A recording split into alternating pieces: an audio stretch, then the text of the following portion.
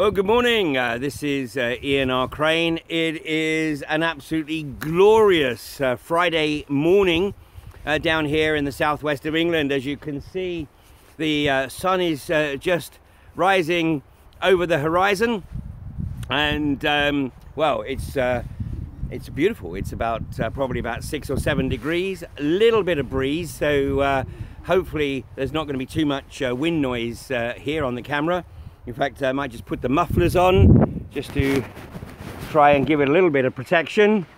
Let's just see if we can keep the wind noise down a bit here. And then we'll get the sun out of the cameras. Oh. Right, there we go. Let's get out of the sun and get around to here. Right, so last night I actually presented episode 114 of A Fracking Nightmare, and of course we rammed home the issue of Greg Clark trying to dodge the political howitzer shell of signing off on the frack at Kirkby Misperton. The kit has been sitting there now for coming up to 6 weeks, and it's still not signed off. So I think it's fair to say that Greg Clark is desperately trying to find all the reasons that he wouldn't sign it off. I also covered a couple of other issues last night. And one of the critical elements that I discovered was the issue of infiltration. And this book here, Undercover, of course that's back to front because the cameras, I'm using the rear camera on the phones here, but this book, Undercover, please search for it, The True History of Britain's Secret Police. Well, actually it's not so much the police as the private security companies that are actually now being delegated to infiltrate activist communities. And of course the great thing about the anti-fracking community is that it is such a diverse community. There are literally hundreds, if not more than 1,000 community groups plus individuals who are all working as a loose-knit community. Every group is completely autonomous, completely independent, and then there's individuals such as myself who have no affiliation to any group whatsoever. We just do what we do and well, you know, put the information out there. And you know, my primary objective is to simply stimulate curiosity, to stimulate people's own curiosity, because I have always maintained that there is no way this gets shut down with one person or any single organization or an NGO. In fact, those are situations that the establishment knows fine well how to deal with. What it doesn't know how to deal with is this loose-knit morass of highly motivated individuals and small groups. But one of the things that comes out from this book is the fact that corporations now routinely hire private security and private investigators to try and dig the dirt, basically, on the opponents and try and get some insight into what their plans are. Well, good luck with that, because I have no idea what I'm going to be doing from one day to the next. So if you can actually predict what I'm going to be doing or where I'm going to be, good luck with that. But it would also be absurd to think for one moment that they are not doing their research. I mean, we know for a fact that in the security huts at Kirkby Misperton and at Preston Road, they have the photographs and the names of people that they consider to be key players, if you like, in the, or influencers within the anti-fracking community. And of course the police have their own term, alphas, for those whom they think are liable to participate in direct action. And they will target the alphas and try and intimidate them, good luck with that, or find ways to remove them. But interestingly, of course, the reality is that these companies, whilst it's not illegal for them to retain information on likely opponents or active opponents, there is a requirement for them to disclose what information they keep on people if that information is so requested. And this is something that I'm now going to implore people to do. And what I'm going to be doing through the rest of today, I'm going to be phoning up Quadrilla, Third Energy, INEOS, iGas, and a few of the other companies, Europa, and I'm going to be asking them to provide me the contact details of the relevant person to contact regarding getting information held on me. It's called a subject access request. Now, under the prevailing legislation, once a subject access request is received, the company has 40 days with which to respond. Now, they can charge up to a tenner. Let's say we target Third Energy, Quadrilla, INEOS, and iGas, and maybe Europa. So that's a worst case scenario, 50 quid, and a bit of time. And but you know, the time can be well spent, because there's a letter. If you go on, in fact, if you just put subject access request into your search engine, then it'll bring up the website of the ICO, the Information Commissioner's Office. And in fact, there's a template there of a letter that you can use to send to the companies, which also reminds them that they have 40 days to provide this information, and that they can charge you up to a tenner if they so wish. And but once the application is received, and it should be sent by recorded delivery, and you should keep a copy, but the clock starts ticking from the moment that that letter requesting the data that is held on you is received. Now, Third Energy, Quadrilla, iGas are cowboy outfits. They're tin pot companies. I think Third Energy actually bragged that they have 18 employees, which, as somebody pointed out to me, is actually less than a medium-sized cafe in Kirby Moorside during the height of the summer season.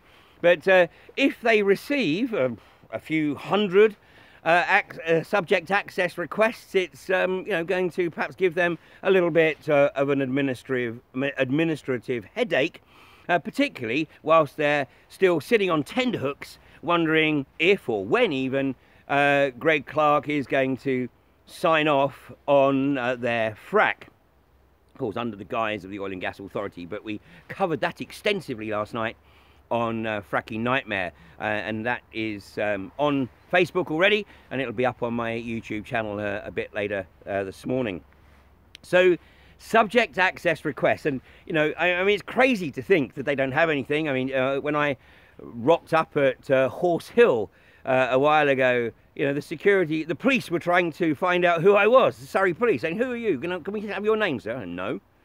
You know, I have no need to give you my name. You don't need to know my name. And if you haven't got that information, then I guess your intelligence isn't working that well. Walked up to the gate, and the security guy said, "Oh, hi, Ian. How you doing? We've been expecting you." So, pretty obvious that, you know, they're keeping some information on us. So, that is the Christmas and New Year mission. So, if you have a bit of downtime, or you want a bit of a break from the festivities, then go online, go to just punch in subject access request and get a few letters printed out, mailed by recorded delivery, and sent to these companies. And I will post, hopefully over the weekend, I will post the specific contact addresses of the people that you need to write to in these companies, and of course the specific reminder that they have 40 days to get that information to you. And let's share that information. You know, let's find out what it is that these companies are holding on us, and you know, why it is that they fear what is ostensibly a geriatricist community. You know, the vast majority of people in this movement are probably the wrong side of 60, and fortunately there's a hell of a lot also of younger people, and more and more coming on board as they realise what's at stake here. But it's primarily geriatrists, it's retirees. If you go down to the gates at Kirby Misperton, then you know, you'll be sort of amongst kindred spirit regardless of your age. But what you will find is that you know, a lot of the people down there are retirees, and not just any old retirees. They're retirees who have served the community very well during the course of their working lives. There's many, you know, ex-civil servants, teachers, you know, professionals. So this is, you know, a pretty diverse but very well informed, and in many cases very well educated anti-fracking community. So a couple of other points I want to make today. First of all, I didn't mention on Fracking Nightmare last night because unfortunately we ran out of time.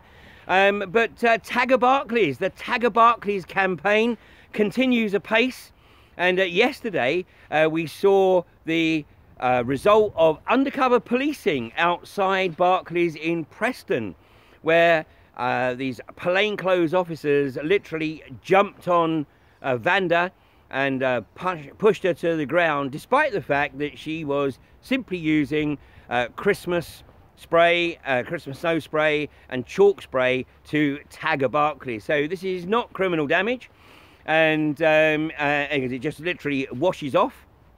But over the coming weekend, you know, if you feel that you want to contribute in some way, shape or form to this campaign, then go tag a Barclays.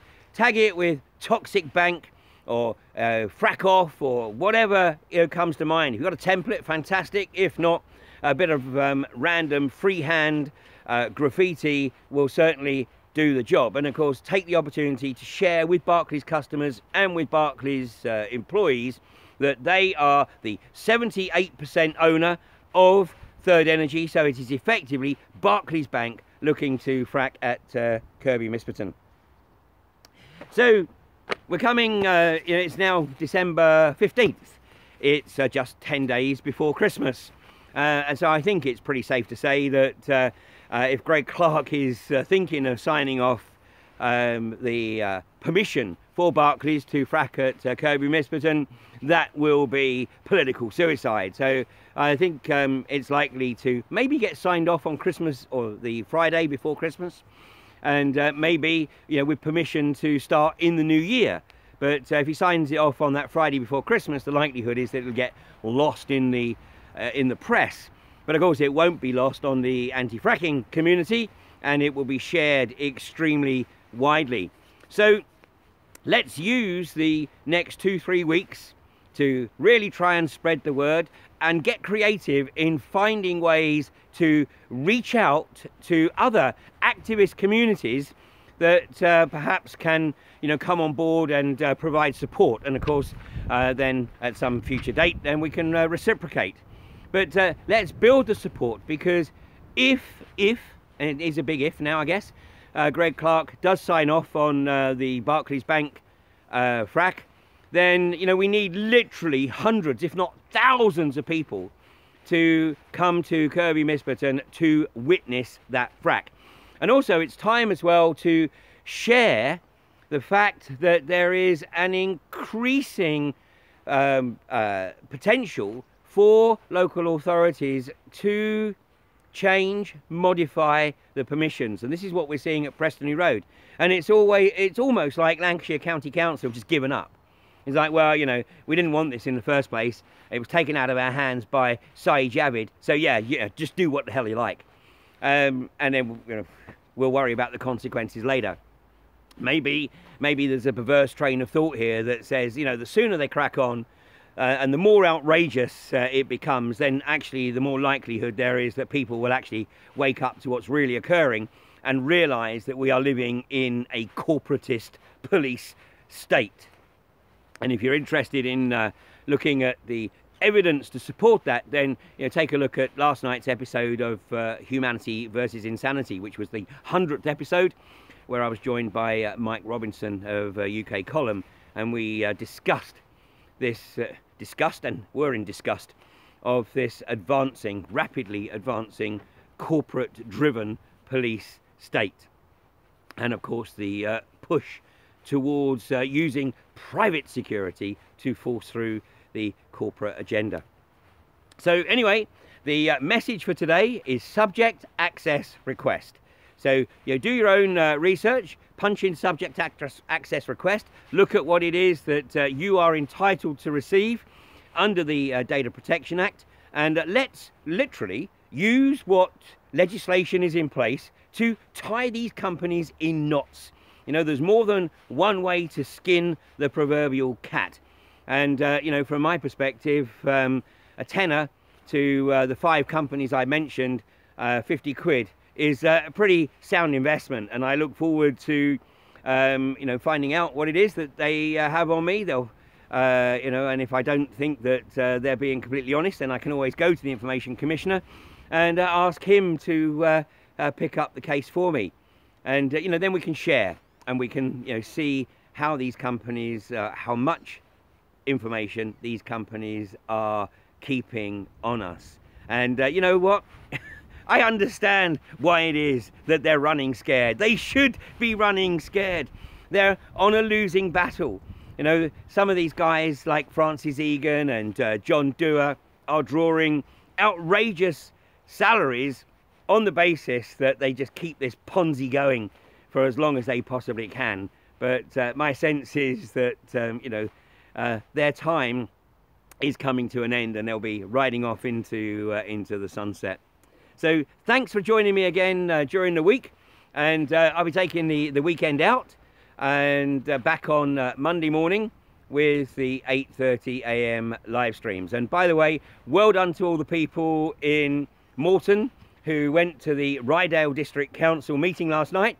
And although surprise, surprise, the chairman of Rydale District Council refused to allow a debate on the waste and minerals plan, there was a sit-in protest, and I've seen the photographs, and before anybody starts making the usual allegations, the vast majority of those people that I saw sitting on the floor at Rydale District Council offices were locals. This is the local community in support of the councillors who were trying to get a debate on the Rydale response to North Yorkshire County Council's waste and minerals plan. Funnily enough, the chairman refused to allow the debate.